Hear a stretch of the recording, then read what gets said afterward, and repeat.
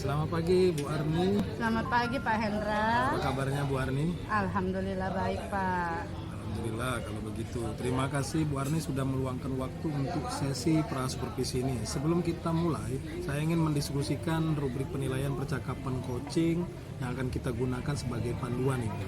Rubrik ini akan membantu kita menilai sejauh mana coaching sesuai dengan prinsip-prinsip kemitraan, proses, kreatif, dan pemaksimalan potensi. Nah, kira-kira kalau boleh tahu, apakah Ibu sudah sempat melihat dan memahami rubrik penilaian tersebut? Ya, Alhamdulillah Pak Batu, saya sudah sempat membacanya Pak Batu. Oke, baik Bu, bagus sekali. Sekarang mari kita diskusikan kompetensi coaching mana yang menurut Ibu ingin dikembangkan lebih lanjut dalam sesi ini. Ya, saya ingin fokus pada kemampuan mendengar aktif Pak Hendra. Baik, luar biasa. Baik, mendengarkan aktif. Nah, itu adalah sebuah keterampilan penting dalam coaching. Nah, bagaimana dari keterampilan mendengar aktif yang secara spesifik ini ingin Ibu observasi nanti? Iya, saya akan fokus pada hal ini sesuai indikator ketercapaian ya Pak Hendra ya. Bagaimana saya dapat saya berharap dapat memberikan respon yang relevan Pak tanpa memotong pembicaraan narasumber serta menunjukkan empati melalui pertanyaan lanjutan yang tepat. Oke, baik Bu Arni. Berarti kita akan fokus pada hal tersebut sebagai indikator ketercapaian. Bagaimana Ibu menilai kira-kira dari keberhasilan dari aspek mendengar aktif itu nanti? Ya, saya menilai keberhasilan yang pernah saya lakukan ini masih di ring angka 7 mungkin ya Pak ya. Itu sangat jelas sekali Bu. Saya akan mengamati bagian ini pada sesi coaching nanti. Sekarang kira-kira Ibu sudah siap? Iya Pak, saya sudah siap Kalau Pak. misalkan Ibu sudah siap, kita masuk ke sesi observasi. Kira-kira apakah ada hal lain yang ingin Ibu tambahkan sebelum kita mulai? Saya rasa sudah cukup ya Pak ya. Terima kasih Pak Hendra. Baik Ibu, terima kasih. Mungkin kita langsung mulai saja. Baik Bu, izin Bu. Iya. Assalamualaikum Bu Emi. Waalaikumsalam Bu Rani. Apa kabar Bu Emi? Alhamdulillah Bu Rani baik. Alhamdulillah. Gimana nih kabarnya Bu Rani? Sama Bu Emi, alhamdulillah baik juga Bu Emi. Terima kasih ya Bu Emi ya sudah meluangkan waktunya di sesi coaching ini. Sebelum kita mulai, apakah ada topik khusus yang ingin Bu Emi sharingkan kepada saya? Baik Bu Rani, sebelumnya terima kasih banyak ya Bu Rani. Di sini Bu Rani saya ingin fokus bagaimana saya bisa meningkatkan manajemen waktu Bu dalam mengajar, terutama dalam membagi perhatian kepada murid-murid saya. Oke, baik, itu topik yang sangat menarik ya Bu Emi ya. Saya mendengar bahwa Bu Emi merasa memiliki tantangan yang besar dalam membagi perhatian kepada murid-murid. Lalu bisa Bu Emi ceritakan lebih lanjut tentang situasi yang Bu Emi alami. Baik, begini Bu ya. Kebetulan kan di kelas saya itu terdapat berbagai macam tingkat kemampuan peserta didik Bu. Ada yang tinggi dan ada yang rendah, bahkan ada juga yang menengah. Nah di sini Bu, tingkat perbedaan ini sangat sulit sekali bagi saya untuk mengatur waktu. Karena pada saya memberikan pembelajaran, ternyata yang tingkat tinggi ini cepat sekali menyelesaikan. Nah, dengan cepatnya dia menyelesaikan pembelajaran itu, dia malah mengganggu temannya yang lain, terutama yang tingkat kemampuannya rendah. Seperti itu. Oke, baik Bu Emi, saya memahami ya apa yang Bu Emi rasakan. Lalu apa yang menurut Bu Emi sudah berhasil Bu Emi lakukan sejauh ini dalam mengatasi situasi tersebut? Sejauh ini Bu ya, karena ada tingkatnya kemampuan yang berbeda-beda, saya sudah memberikan pembelajaran tambahan terhadap peserta didik saya yang memiliki tingkat kemampuan yang tinggi, sehingga apabila dia telah melaksanakan atau menyelesaikan tugasnya, dia saya beri tugas tambahan dan tidak mengganggu teman-temannya yang lain. Seperti itu Bu. Baik, ya. Lalu bagaimana perasaan Bu Emi ketika murid-murid yang tampak tidak termotivasi dengan tugas tambahan yang Bu Emi berikan. Iya, jujur Bu ya, sebelumnya saya merasa sangat frustasi Bu.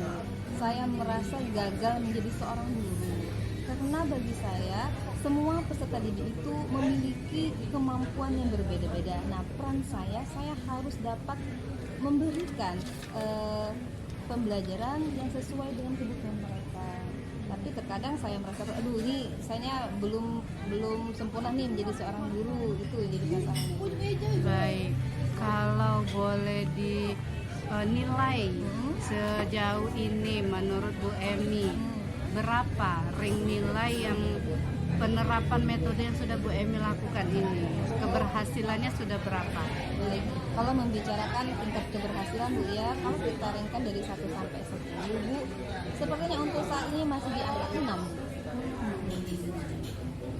Bisa Bu Emi ceritakan mengapa bisa sampai di angka 6? Iya, masih di angka 6 Ibu karena saya merasa saya belum dapat memenuhi setiap kebutuhan dari peserta didik saya tersebut. Harapannya Bu ya, sekarang di angka 6, inginnya setelah kita melakukan coaching ini berada di angka 9 Bu. Insya Allah ya, bagus sekali ya Bu Emi punya harapan seperti itu ya. Lantas kira-kira siapa yang bisa mendukung strategi pembelajaran yang akan Bu Emi terapkan ini? Iya, untuk itu ya yang mendukung itu tentunya kepala sekolah, karena kepala sekolah ini merupakan support utama dalam pembelajaran kami, baik itu dari media maupun dari SDM yang lainnya.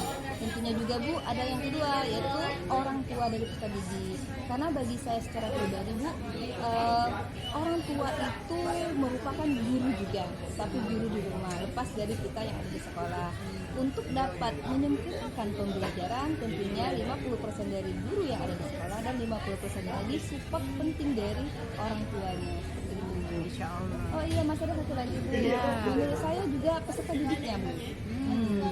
Di sini peserta didik juga memiliki peran penting karena dalam proses pembelajaran saya harus dapat memberikan support agar mereka menimbulkan motivasi secara intrinsik dari diri mereka sendiri. Wah, hebat sekali ya ide-ide dari Bu Emi ya. Lantas bagaimana Bu Emi melihat strategi ini bisa diimplementasikan di kelas Bu Emi? Untuk melakukan implementasi itu Bu, rencananya saya akan membuat kelompok-kelompok kecil Bu ya. Sedangkan sudah mempelajari mengenai diferensiasi, saya akan mengelompokkan peserta didik saya sesuai dengan tingkat kemampuannya. Nah, dengan begitu Bu Rani, nantinya saya akan memberikan pelatihan atau evaluasi yang berbeda-beda juga, sehingga setiap kebutuhan dari peserta didik saya nantinya akan dapat terpenuhi dengan baik. Masya Allah ya, baik. Dengan metode yang Bu Emi terapkan tadi, menurut Bu Emi, bagaimana mengukur tingkat keberhasilan dari strategi itu Bu Emi? Ya, tentunya Bu, saya akan melibatkan murid secara langsung dalam waktu di kelas itu secara efisien, sehingga saya dapat memanajemen waktu agar semua peserta didik saya itu dapat terlibat aktif dalam pembelajaran. Masya Allah ya. Tentunya pasti ada hambatan ya Bu Emi ya dalam menerapkan strategi tadi. Bisa diceritakan Bu Emi, ada hambatan apa saja Bu Emi? Hambatannya di sini Bu ya, kalau saya perhatikan untuk murid yang tingkat tinggi ya, demikian tingkat tinggi itu setelah diberikan tambahan masih tetap mengerjakan tugasnya secara cepat. Nah, saya di sini masih memiliki tugas untuk dapat memberikan motivasi agar peserta didik saya itu dapat membantu teman-temannya, sehingga teman-teman yang lambat itu bisa mendapatkan tutor sebaya dari teman yang cepat itu tadi. Oke, baik. Itu yang harus diperhatikan ya Bu Emi ya. Lantas bagaimana Bu Emi berencana untuk mengatasi hal tersebut jika itu terjadi? Harapannya saya Bu ya, saya akan memberikan reward tuh. Tapi reward di sini kan tidak hanya barang Bu, saya akan memberikan support seperti secara verbal, hebat sekali Nak, memberikan jempol dan memberikan semangat tepuk tangan untuk anak yang telah membantu. Super sekali ya Bu Emi ya. Lalu kapan kira-kira Bu Emi mau melaksanakan atau menerapkan rencana strategi tersebut? Iya, karena saya rasa lebih cepat lebih baik Bu ya. Iya. Tentunya saya akan melaksanakannya besok Masya Allah. pada pukul pembelajaran. Hebat ya, bagus sekali Bu Emi. Saya yakin strategi yang Bu Emi buat ini bisa membantu ya Bu Emi ya.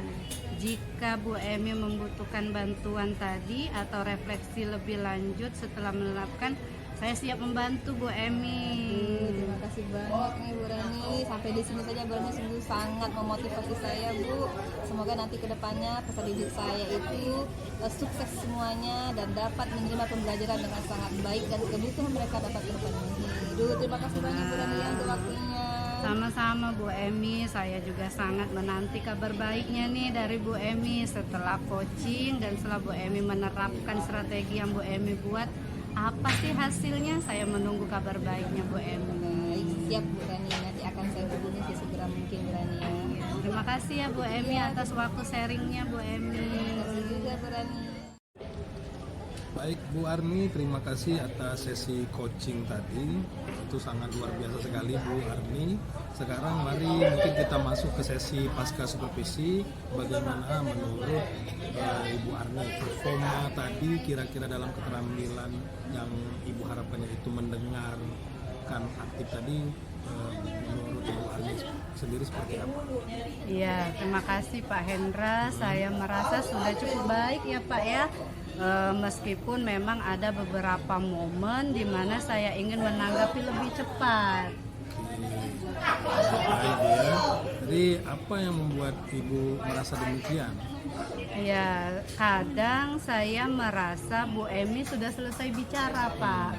Namun ternyata Bu Emi masih ingin melanjutkan pembicaraannya. Jadi saya perlu menunggu lebih lama lagi.